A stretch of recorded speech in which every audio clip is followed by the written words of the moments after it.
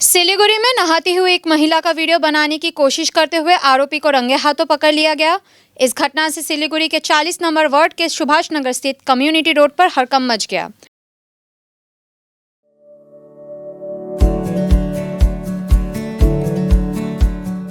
Pampered, not just a hospital, but a mother. बताया गया है कि एक महिला नहा रही थी। कथित तौर पर उस समय एक व्यक्ति ने नहाती हुई महिला का वीडियो बनाने की कोशिश की। इस घटना को देख महिला चीखने लगी। उसकी चीख सुनकर आसपास के लोग मौके पर पहुंचे और आरोपी को रंगे हाथों पकड़ लिया। आरोपी का नाम 38 वर्षीय नीतीश बर्मन है। वो उक्त इलाके में एक किराए के मकान में रहता है। इस बीच घटना की खबर फैलते ही स्थानीय महिलाएं एकत्रित हो गई और आरोपी को सामूहिक पिटाई की। यहाँ तक कि उन्होंने उसे उठक बैठक भी कराया। बाद में आरोपी को भक्तिनगर पुलिस के हवाले कर दिया गया। पुलिस ने पूरे मामले की जांच शुरू कर दी है। বিয়ার থেকে আসছে ডাক্তার দেখাতে। আমার পিসিরা ভাড়া থেকে ওই বাড়িতে ওখানে হচ্ছে রাত্রে ছিল, তারপর সকালে উঠে স্নান করতেছিল। একটা বাথরুমের মানে ওখানে সে ছিল, বন্ধ ছিল, ওই জায়গাটা খুলে ভিডিও করতেছিল। তখন 4 মিনিট ভিডিও করছে। আচ্ছা, 4টা ভিডিও করছে 1 মিনিট করে। পরে আমার ভাই বলতে ছাড়, পর লাস্টে দেখছে, দেখার পরে কি করছে, মগ দিয়ে জলও দিছে। তারপরে আমাকে ফোন করলো, আমি গেলাম। যাওয়ার পরে বলে কি যে হচ্ছে না আমি করি নাই, আমাকে মোবাইলটা বলতেছে করি নাই আমি। তা আমি করো নাই সত্যি বলে কি না, আমাকে তুমি ফাঁসাচ্ছ, মোবাইল দাও, মোবাইল দেখাও। কি করছে, ডিলিট মারিয়ে দিছে। অপশন ডিলিট অপশনে তো থাকেই যায় না।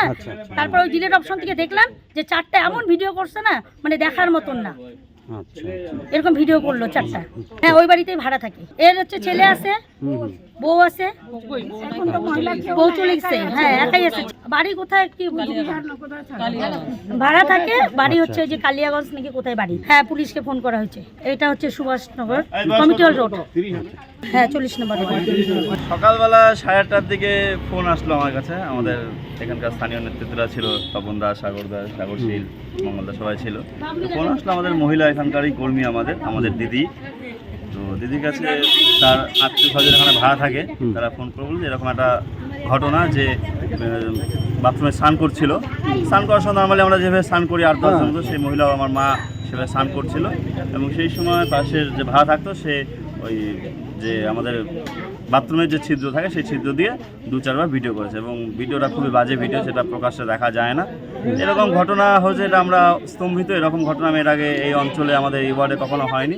আগামীতে যাতে এই ঘটনা এরকম না হয়, আমরা পুলিশ প্রশাসন সজাগ থাকতে বলছি। এবং সেই সঙ্গে আমাদের মহিলা ব্রিগেড, আমাদের এলাকায় সবাই সজাগ।